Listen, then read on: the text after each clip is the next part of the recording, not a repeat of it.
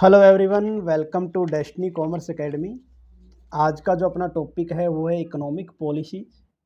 और economic policies के अंदर हम क्या क्या इंक्लूड करते हैं, इंडिया के अंदर इकोनॉमिक पॉलिसी कैसे इम्प्लीमेंटेशन उसका किया गया, उसकी सक्सेस या फेलियर के रिगार्डिंग हम डिटेल में यहाँ पर आज पढ़ेंगे।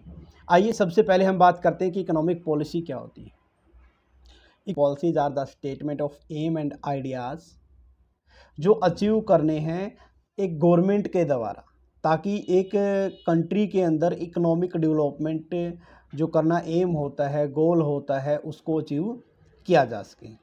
ठीक है ना। और ये एक तरह का स्ट्रक्चरल रिस्पॉन्स होता है। क्या होता है? एक तरह का स्ट्रक्चरल रिस्पॉन्स होता है कि जो इनइक्वालिटी होती है किसी भी देश के अंदर, उसको कैसे हम इक्वालिटी या बैलेंस उसको कैसे किया जा सकता है, इसके रिगार्डिंग जो एक गवर्नमेंट जो पॉलिसीज़ वगैरह बनाती है, खासकर मॉनेटरी के रिगार्डिंग या फिर पैसे के रिगार्डिंग, उसको हम इकोनॉमिक पॉलिसी के अंदर इंक्लूड करते हैं। ठीक है। नेक्स्ट इसके अंदर दिया गया है कि जो गवर्नमेंट है वो मैनिपुलेट करती है इकोनॉमिक और सोशल वेरिएबल को। गवर्नमेंट क्या करती है? मैनिपुलेट करती है इकोनॉमिक और सोशल वेलफेयर को, क्योंकि बहुत सारे देखिए एक कंट्री के अंदर जो रिसोर्सेज हैं उनको एफिशिएंट तरीके से एलोकेट करना ही एक इकोनॉमिक पॉलिसी का मेन एम होता है।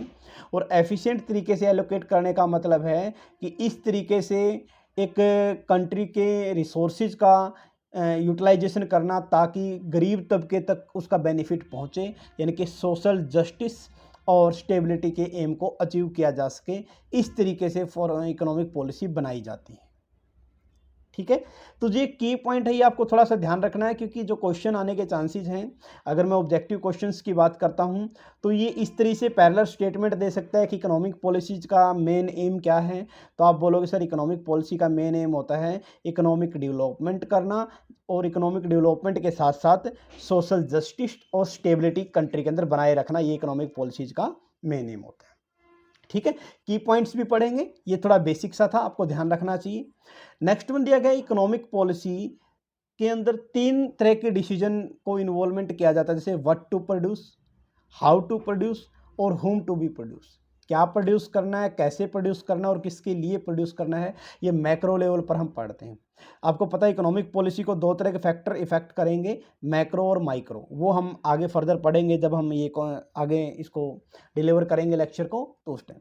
तो जो पॉलिसी मेकर होते हैं, खासकर जो इकोनॉमिक पॉलिसीज मेकर होते हैं, उसको उसको डिसीजन लेने के लिए बहुत सारे आप उसके अल्टरनेट होते हैं। उन अल्टरनेट में से कौन सा डिसीजन उसको मतलब कौन सा अल्टरनेट चूज करना है, वो सारा का सिस्टम, सारा का सारा सिस्टम, उसके लिए कौन कौन से इंस्ट्रूमेंट उसको ध्यान में रखने पड़ेंगे, वो हम यहाँ पर आज करेंगे आज के टॉपिक में।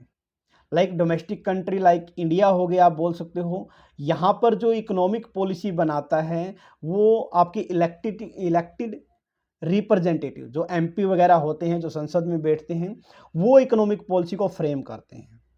इसके अलावा जब कोई भी गवर्नमेंट जो इकोनॉमिक पॉलिसी बनाती है, वो उस पर बहुत सारे फैक्टर का इफेक्ट होता है, लाइक मास मीडिया का, ब्यूरोक्रेसी का, ठीक है, अपने कोर्ट वगैरह का, ट्रेड ऑर्गेनाइजेशन का, एनजीओ वगैरह का, इन सब का जो प्रेशर होता है, यहाँ तक कि एक्सटर्नल प्रेशर भी होता है जो दूसरे देशों का, उन सब को कंसीडर करना पड़ता है एक गवर्नमेंट को। तो ये इकोनॉमिक पॉलिसीज के अंदर आ गया आपका मेन। अब बात है कि सर इसको हम पढ़ ही क्यों रहे हैं, need for economic policy in India, क्या जरूरत आन पड़ी है कि इकोनॉमिक पॉलिसी को इंप्लीमेंट करना पड़ रहा है इंडिया के अंदर। ठीक है। इसके रिगार्डिंग क्या दे रखा है, like choice through time under provision of public goods, या फिर एक्सटर्नलिटी यानी कि बाहर आप बोल सकते हो, या फिर जो रिसोर्सेज हैं वो पहला हक किसका होगा। जैसे आज के टाइम अगर मैं बात कर रहा हूँ, इलेक्शन टाइम है, तो इसमें इसके ऊपर चला हुआ है वेल्थ डिस्ट्रीब्यूशन के ऊपर। ठीक है। तो प्रियोरिटी जैसे कांग्रेस बोलती है, या कांग्रेस के कुछ पर्सन बोल रहे हैं कि पहला हक किसका होना चाहिए, बीजेपी कुछ अलग बोल रही है, तो उसके रिगार्डिंग ये सारा का सारा सिस्टम है। इसको समझने के लिए हमें इकोनॉमिक पॉलिसी के बारे में पता होना चाहिए।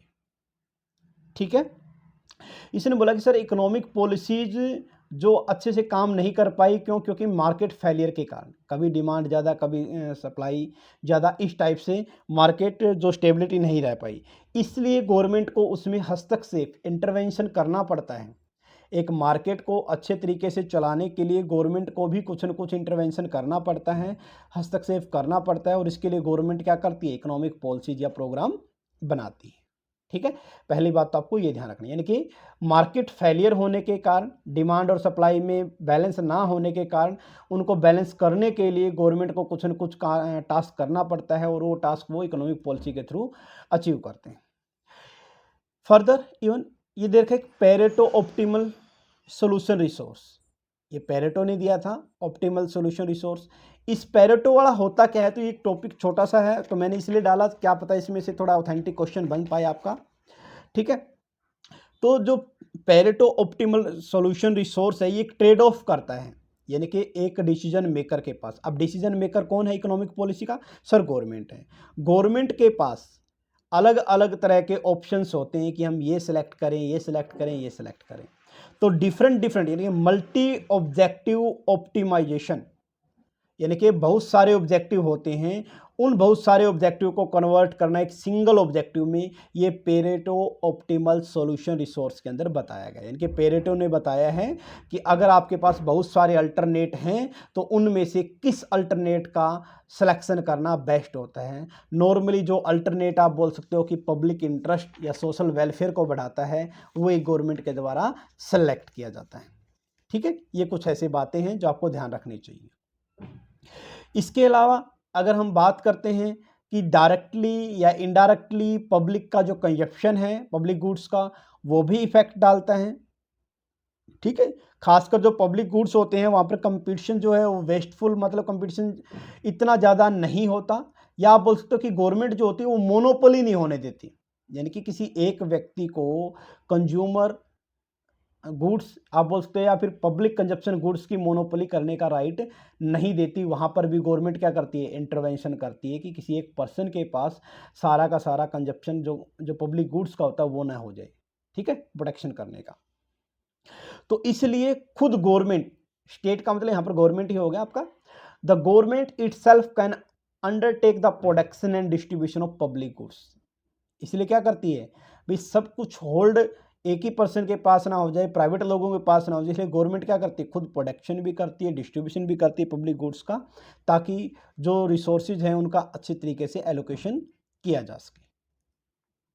नेक्स्ट अगर हम बात करेंगे कि स्टेट जो होती है खुद इन्वॉल्वमेंट तो है ही है प्रोडक्शन में, हालांकि बेनिफिट तो होगा अगर गवर्नमेंट कोई प्रोडक्शन करती है, इनकी गवर्नमेंट पब्लिक इंटरप्राइज को अगर कोई बिजनेस करता है उससे बेनिफिट तो होता है, लेकिन गवर्नमेंट का जो मेन एम है वो बेनिफिट करना नहीं है, बल्कि प्राइवेट सेक्टर की मोनोपोली ना होने देना आप बोल सकते हो, या फिर एम्प्लॉयमेंट के जो अवसर है वो जनरेट करना, ये गवर्नमेंट का मेन मोटिव होता है।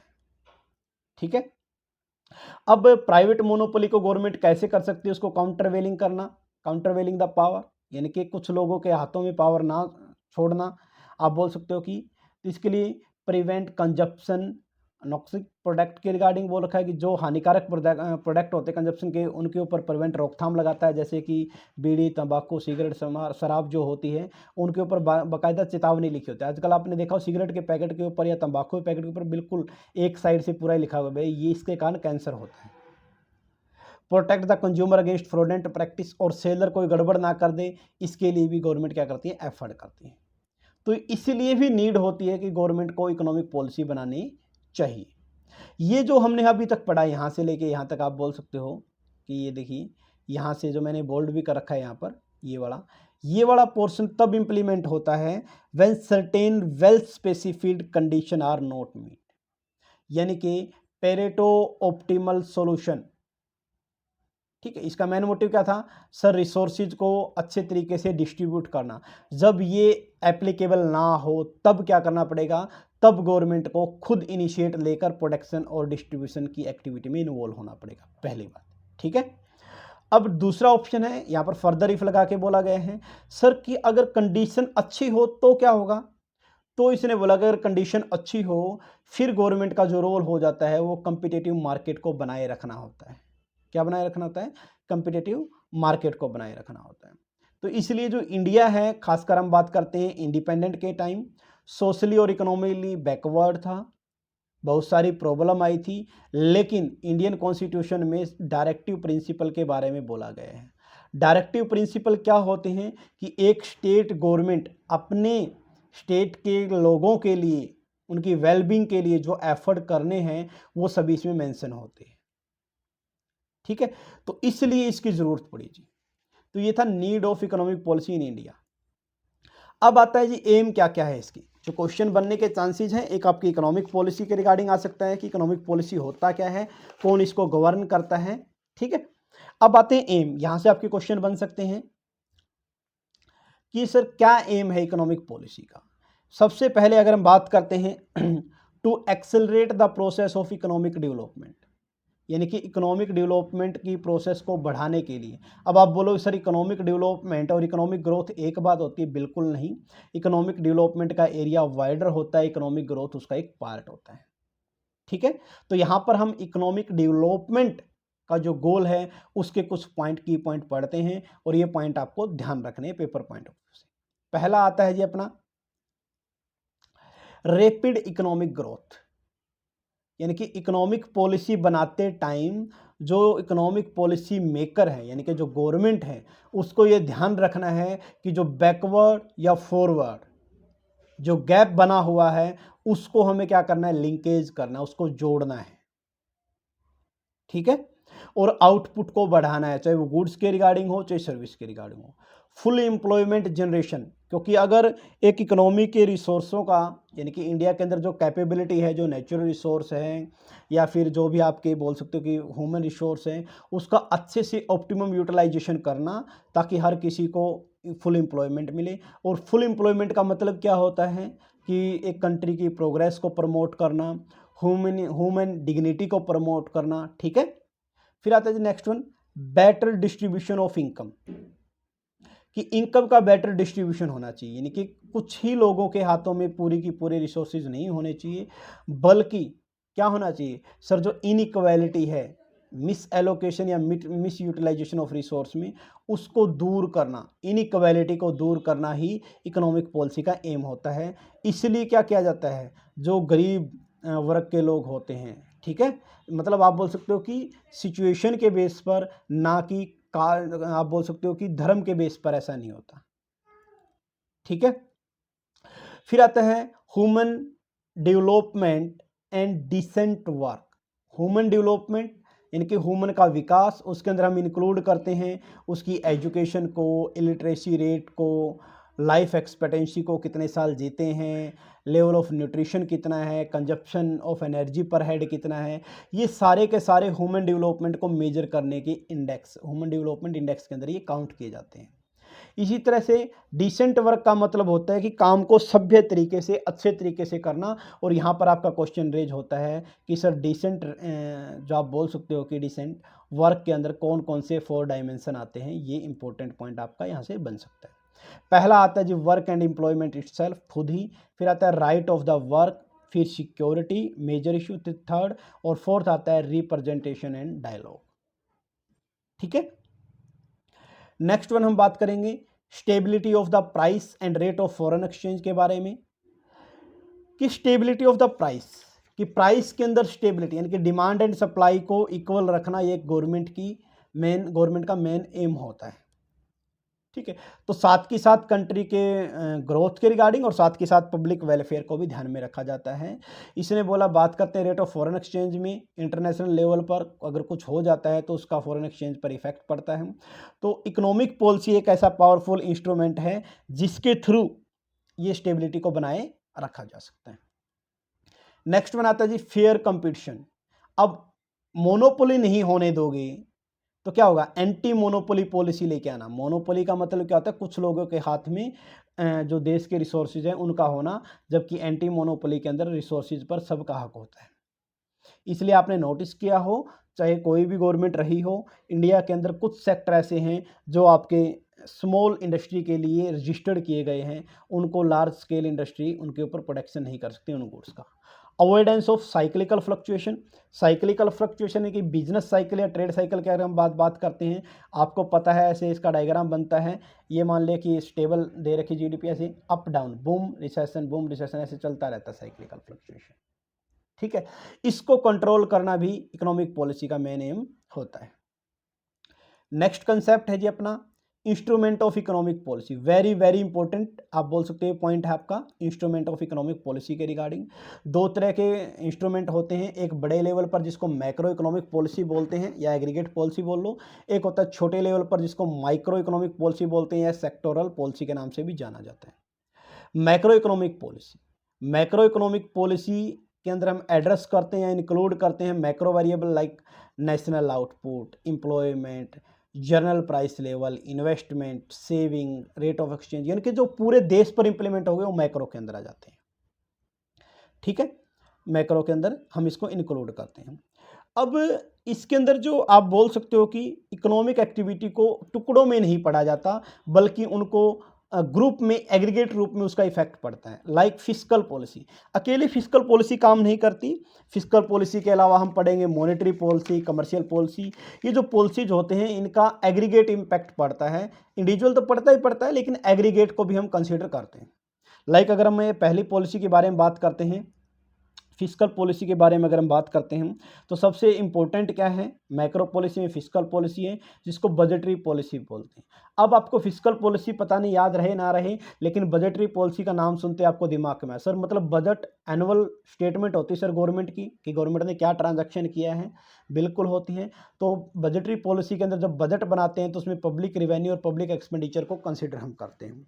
पब्लिक रिवेन्यू लाइक टैक्स वगैरह से गवर्नमेंट को पैसा आता है, इसके अलावा गवर्नमेंट ब्रोइंग भी कर सकती है इंटरनल और एक्सटर्नल सोर्सेज से। इंटरनल का मतलब एक देश के अंदर, एक्सटर्नल का मतलब देश से बाहर भी। एक्सपेंडिचर की बात करें तो इकोनॉमिक या सोशल सेक्टर में सब्सिडी वगैरह देना, ठीक है, एग्रीकल्चर वगैरह को, वो सारा का सारा इसके एक्सटर्नल फैक्टर में आता है। तो इकोनॉमिक पॉलिसी के अकॉर्डिंग भी देखा जाता है कि अब की बार इनकम आएगी कहाँ से, उसका और यूज कहाँ पर करना है। लाइक इंडस्ट्री सेक्टर पे ज़्यादा लगाना है या एग्रीकल्चर सेक्टर पे ज़्यादा लगाना है, किस पे ज़्यादा लगाना है। फिर अगर हम बात करते हैं मॉनेटरी पॉलिसी की, ये आरबीआई आप बोल सकते हो, सेंट्रल बैंक ऑफ इंडिया जो है वो इसको डिफाइन करता है। सेंट्रल बैंक अपना आरबीआई है, reserve bank of India. Monetary policy, monetary policy में दो चीज़ें आती सर, एक तो वॉल्यूम और एक उसका प्राइस ऑफ मनी। ठीक है, monetary policy deal with the volume, मतलब कितनी उसकी क्वांटिटी होनी चाहिए और क्या प्राइस होना चाहिए, ये ध्यान रखना चाहिए। यानी कि वॉल्यूम ऑफ मनी के अंदर हम क्या इंक्लूड करेंगे, सर्कुलेशन कितना है सर, मतलब कंट्री के अंदर कितने, मान लें कि 500 के नोट कितने हैं, 100 के कितने हैं, 200 कितने, 50 के, यानी कि ओवरऑल सर्कुलेशन कितना है वो देखना। अगर सर्कुलेशन यानी कि कंट्री के अंदर पैसा कम है इंडिया के अंदर तो उससे क्या होगा, लिक्विडिटी में कमी आएगी, लोग कुछ भी खरीद नहीं पाएंगे तो मंदी आ जाएगी। अगर सर्कुलेशन ज़्यादा है तो सर इन्फ्लेशन हो जाएगा, महंगाई बढ़ जाएगी। तो सर ये दोनों मतलब आप बोल सकते हैं कि दो धारी तलवार होगी। तो इसलिए ना तो वॉल्यूम ऑफ मनी ज़्यादा होना चाहिए और ना ही कम होना चाहिए। तो इसको बैलेंस कौन कर रहा है सर, बैलेंस करेगी इकोनॉमिक पॉलिसी। कौन बैलेंस करेगा, इकोनॉमिक पॉलिसी। वेरी गुड, एक तो ये ध्यान रखना है। अगर हम बात करते हैं डोमेस्टिक प्राइस लेवल, इस पर इफेक्ट पड़ता है, also affect the external value of currency, यानी कि एक इंडिया का रुपया अमेरिकी डॉलर के कितने के बराबर है, उसमें चेंज भी डोमेस्टिक लेवल पर प्राइस में चेंज को इफेक्ट करता है, जिसको रेट ऑफ इंटरेस्ट नाम से हम जानते हैं, कंजप्शन, सेविंग, इन्वेस्टमेंट, ये सारे के सारे मॉनेटरी पॉलिसी के अंदर आ जाते हैं। फिर आता है जी कमर्शियल पॉलिसी। कमर्शियल पॉलिसी यानी कि आप बात कर सकते हो कि फॉरेन के रिगार्डिंग अगर हम बात करेंगे, चाहे वो पोर्टफोलियो इन्वेस्टमेंट हो, चाहे आपकी वो एफडीआई हो, इनफ्लो कितना है, आउटफ्लो कितना है, फॉरेन एक्सचेंज का, गुड्स का, सर्विस का, वो सारा का सारा हम जो स्टडी करते हैं वो सारा हम स्टडी किस में करेंगे, कमर्शियल पॉलिसी। ये मैक्रो लेवल पर थे, किस पे लेवल पर थी, मैक्रो लेवल पर। होप्स यू आपको समझ में आया हुआ ही। नेक्स्ट आता है जी माइक्रो लेवल पर। माइक्रो लेवल पर यहाँ पर एग्रीगेट नहीं होता, लाइक फिस्कल, मॉनेटरी, कमर्शियल को इकट्ठा समरप करके यहाँ पर नहीं पढ़ा जाता, बल्कि हम इंडिविजुअल करते हैं। लाइक जैसे कि एग्रीकल्चर के रिगार्डिंग अलग पॉलिसी, इंडस्ट्री के रिगार्डिंग अलग पॉलिसी, स्मॉल स्केल इंडस्ट्री के रिगार्डिंग अलग है। ठीक है, ये माइक्रो लेवल पर होती है, एक इंडस्ट्री लेवल पर होती है, एक आप उसके छोटे लेवल पर बात करते हैं। तो इसके अंदर क्या क्या इंक्लूड करते हैं, इंडस्ट्री लाइसेंस देना, quota permit, import export, competition, procurement, ये सब कुछ किस में आ जाएगा, माइक्रो के अंदर आ जाता है। नेक्स्ट हम पढ़ेंगे आगे process of economic policy formulation, कि इकोनॉमिक पॉलिसी की प्रोसेस को उसको कैसे फॉर्मुलेट किया जा सकता है। ये स्टेप्स आपसे पूछे जा सकते हैं, यानी कि कौन कौन सी बातों को ध्यान में रखना है, या फिर उसकी इकोनॉमिक पॉलिसी बनाता कौन कौन है, वो चीज़ें किस किस का योगदान इकोनॉमिक पॉलिसी बने, वो आपको पता होना चाहिए यहाँ पर। ठीक है, तो formulation of economic policy is a political process. Very important question यहाँ से बन सकता है, सर इकोनॉमिक पॉलिसी को कौन बनाता है, तो आप बोलोगे सर पॉलिटिकल, यानी कि गवर्नमेंट बनाती है, आप ऐसे बोल सकते हो। इसने बोला कि उसके जो फॉर्मेशन इकोनॉमिक पॉलिसी का वो पॉलिटिक्स, इकोनॉमिक्स, एक्सपर्ट, एनजीओ वगैरह आप बोल सकते हो, ठीक है, ट्रेड यूनियन वगैरह, इन सब का रोल होता है। मैंने जैसे पहले भी बात की थी इसके, हम जब हमने इसका इंट्रोडक्शन पढ़ा था कि सर एक्सटर्नल फोर्सेज भी इफेक्ट डालते हैं, ठीक है। तो पॉलिसी बनाता है कौन, सर गवर्नमेंट। कौन बनाएगा, गवर्नमेंट, पॉलिटिकल बनाएगी, ठीक है। और साथ के साथ इकोनॉमिक्स एक्सपर्ट का भी व्यू लिया जाता है, ओके। अब गवर्नमेंट आपको पता है राजनेता ज़्यादा पढ़े लिखे नहीं हैं, तो उनको जो नीचे काम करते हैं ब्यूरोक्रेट, कौन काम करते हैं, ब्यूरोक्रेट्स, ठीक है। तो ब्यूरोक्रेट्स अपनी पॉलिसी बनाते हैं और उस राजनेता को देते हैं, या आप बोल सकते हो उस मिनिस्टर वगैरह को या पॉलिटिकल पार्टी को देते हैं जो रूलिंग पार्टी होती है, जिसकी सरकार है। अब वो उसमें थोड़ा बहुत चेंज करके आगे कर सकती है या चेंज ना भी करे। तो किस किस इकोनॉमिक पॉलिसी बनाते टाइम क्या क्या चीज़ें कंसिडर करते हैं, सबसे पहले सर की प्लानिंग कमीशन ऑफ इंडिया। अब प्लानिंग कमीशन का नाम चेंज कर दिया गया है नीति आयोग। क्या किया गया है, नीति आयोग, ठीक है, यहाँ पर लिख देता हूँ मैं, नीति आयोग।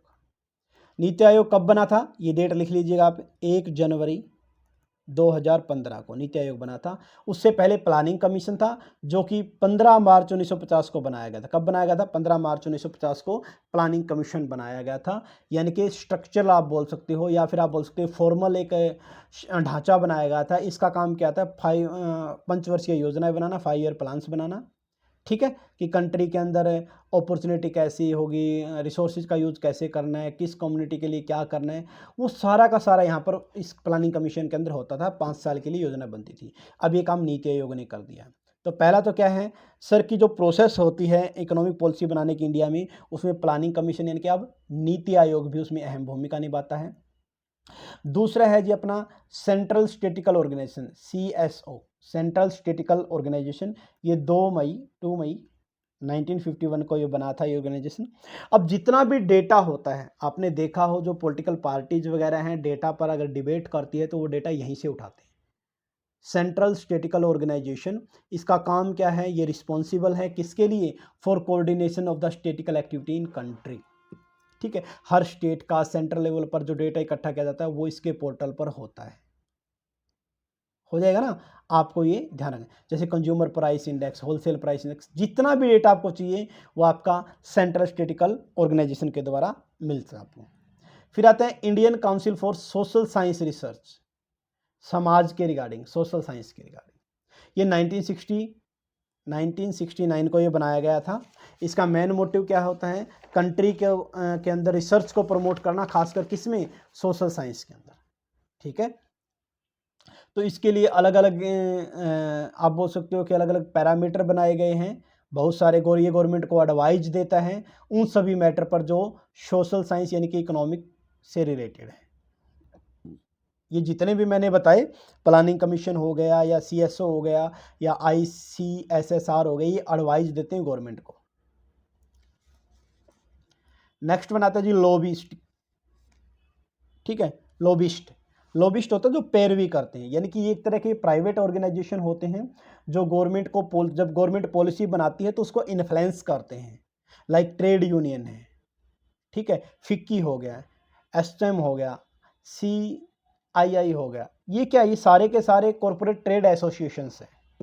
ये क्या करते हैं, जब भी गवर्नमेंट कोई डिसीजन लेने वाली होती है तो ये अपनी बात वहाँ पर रखते हैं, या आप ऐसे बोल सकते हो ये फॉर्मुलेशन इकोनॉमिक पॉलिसी के फॉर्मेशन और इम्प्लीमेंटेशन में अपना योगदान देते हैं।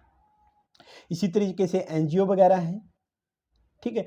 मोस्टली NGO रजिस्टर्ड होते हैं जिससे गवर्नमेंट से डोनेशन भी इनको मिलता है, ठीक है। जो ये किस में रजिस्टर करते हैं खुद को, सोसाइटी रजिस्ट्रेशन एक्ट के थ्रू। किसके थ्रू करते हैं, सोसाइटी रजिस्ट्रेशन एक्ट के थ्रू ऐसा काम करते हैं।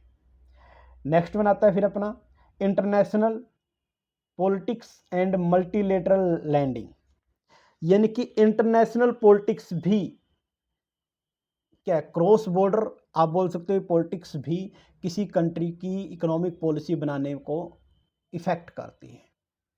जैसे 1990 में प्राइवेटाइजेशन, LPG रिफॉर्म हुए थे ना, सुना होगा सबने, आप सबने, क्या हुआ था, एलपीजी रिफॉर्म हुए थे जी, लिबरलाइजेशन, प्राइवेटाइजेशन, ग्लोबलाइजेशन। ये प्रेशर के कारण, यानी कि एक्सटर्नल जो आप बोल सकते हो जो डेवलप कंट्री है उनका प्रेशर हुआ कि अगर आपको फॉरेन रिजर्व चाहिए तो आपको अपने देश की बाउंड्री अदर कंट्री के लिए ओपन करनी पड़ेगी। तो इस टाइप से भी इकोनॉमिक पॉलिसी में ये इफेक्ट डालते हैं। फिर आता है सर क्या क्या डिसअपॉइंटिंग आउटकम थी। सर यानी कि आउटपुट ऐसे नहीं आ पाए जैसा सोच के पॉलिसी बनाई गई थी। इसके रीजन क्या है कि सर गवर्नमेंट फेलियर हो गया था, मार्केट फेलियर नहीं, गवर्नमेंट फेलियर, क्योंकि पॉलिसी तो बना दी, उसको इंप्लीमेंट नहीं कर पाई। इसके क्या क्या रीजन है, तो ये ड्रॉबैक है, इसको पॉइंट आउट किया गया है, तो आप भी इसको ऐसे याद कीजिएगा। सबसे पहले अगर मैं बात करता हूँ फॉर्मुलेशन स्टेज पर जब ये पॉलिसी बनाते हैं तब की अगर हम बात करेंगे, ठीक है, तो इसके अंदर क्या दिया गया था, political interest get precedence over the economic reason, कि पॉलिटिकल पॉलिसी बनाते टाइम पॉलिटिक्स को ध्यान में रखा जाता था, ना कि देश की इकोनॉमिक इंटरेस्ट को ध्यान में रखा जाता था। यानी कि आप बोल सकते हो कि इसके अंदर देश को कैसे आगे बढ़ाना उसके बजाय अपनी पॉलिटिक्स को कैसे आगे बढ़ाना उस पर फोकस किया जाता था। सेकंड वन आता है फर्स्ट के बाद, पॉलिसी मेकर के पास सर इन्फॉर्मेशन नहीं थी पूरी। थर्ड वन आता है कि सर उनके पास इतना टाइम नहीं था कि वो पॉलिसी बना सके। अल्टीमेट ये कि टाइम देना नहीं चाहते थे, आप ऐसे बोल सकते हो, इतना ज़्यादा उसके ऊपर गौर नहीं किया गया। या फिर नेक्स्ट अगर another हर्डर of encountering the large structure of bureaucracy, कि ब्यूरोक्रेसी में भी ऐसा नहीं कि इसका स्ट्रक्चर कोई छोटा सा हो समझ में आ जाए, बल्कि एक फेडरल स्ट्रक्चर है अपने इंडिया में। फेडरल का मतलब होता है स्टेट गवर्नमेंट के अलग रूल है, सेंट्रल गवर्नमेंट के अलग रूल है। तो बहुत सारा स्कोप होता था बक पासिंग का, मतलब अपनी जिम्मेदारी को, रिस्पॉन्सिबिलिटी को दूसरे को ट्रांसफ़र करने के लिए आपके पास मौका होता था। तो इसलिए भी ये पॉलिसी को इम्प्लीमेंटेशन नहीं हो पाया, आप ऐसे बोल सकते हो, इकोनॉमिक पॉलिसी का इंडिया के अंदर। नेक्स्ट वन अपना है multiplicity type of the scheme, इनकी सिमिलर टाइप की बहुत सारी स्कीमें लॉन्च कर रखी थी, ठीक है, जैसे कि मेक इन इंडिया लगा लो, ऐसे ही मेक इन हरियाणा लगा लो, मेक इन राजस्थान लगा लो। इस टाइप से अलग अलग टाइप बहुत सारी स्कीमें ऐसी थी जो सिमिलर टाइप की थी, जिसमें से पता ही नहीं चला कि रिस्पॉन्सिबल कॉजेज क्या क्या थे, ठीक है। ये इसके कुछ फेलियर के हैं। अब अगर हम बात करते हैं सर इसको सक्सेसफुल इम्प्लीमेंटेशन इसका कैसे किया जा सकता है, तो इस पैराग्राफ के अंदर आपको इसकी सक्सेस को या फेलियर को कैसे दूर किया जा सकता है उसके बारे में बात की गई है। सबसे पहले इसने बोला कि जो खासकर जो पॉलिटिकल लोग हैं उनको थोड़ी सी टेक्निकल नॉलेज देनी चाहिए, ठीक है, और ये ध्यान रखना चाहिए कि अगर पॉलिसी बनाते टाइम कोई डाइवेशन वगैरह आता है तो उसको जल्दी से जल्दी उसका सोल्यूशन निकालना, आप ऐसे बोल सकते हो। और पॉलिसी को सिर्फ फॉर्मुलेशन नहीं करना बल्कि उसके इम्प्लीमेंटेशन को भी सुनिश्चित करना, जो ब्यूरोक्रेट है उसकी रिस्पॉन्सिबिलिटी को आप बोल सकते हो कि इम्प्लीमेंट करना, वो इसके अंदर आ जाता है, डिसाइड करना, ठीक है। अब बात करते हैं, लेट्स सम अप कर लेते हैं इसको कि अब तक हमने किया क्या पूरे के पूरे लेसन के अंदर। इकोनॉमिक पॉलिसी का एम जो था या आइडियल जो था वो था सर, वेरियस इंस्ट्रूमेंट होते हैं जो गवर्नमेंट के पास होते हैं, जैसे कि मैक्रो लेवल पर, माइक्रो लेवल पर। Market failure sir government failure होता है। इसको कैसे ठीक किया जा सकता है सर, जो पॉलिटिकल लोग हैं उसको थोड़ी बहुत इकोनॉमिक पॉलिसी के रिगार्डिंग उसको नॉलेज होनी चाहिए, आप ऐसे बोल सकते हो। और जो ग्रोथ के रिगार्डिंग दिया गया है, इकोनॉमिक ग्रोथ को कैसे हम अचीव किया जा सकता है सर, फुल एम्प्लॉयमेंट के थ्रू, ह्यूमन डेवलपमेंट इंडेक्स के थ्रू, जो एम हमने पढ़े थे वो यहाँ पर आप मेंशन कर सकते हो। और इंस्ट्रूमेंट दो तरह के होते हैं, माइक्रो और मैक्रो लेवल पर, ये हमने डिटेल में पढ़ा। मैक्रो में हमने पढ़ा था फिस्कल पॉलिसी, मॉनेटरी पॉलिसी और कमर्शियल पॉलिसी। माइक्रो के अंदर इंडस्ट्रियल पॉलिसी, एग्रीकल्चर पॉलिसी, ये सब कुछ आ जाता है। इसके अलावा अगर हम बात करते हैं इकोनॉमिक पॉलिसी इंडिया के अंदर क्या है, डिसीजन, पॉलिटिकल डिसीजन है सर। इकोनॉमिक पॉलिसी बनाना क्या है, पॉलिटिकल डिसीजन, जबकि ऐसा नहीं होना चाहिए था।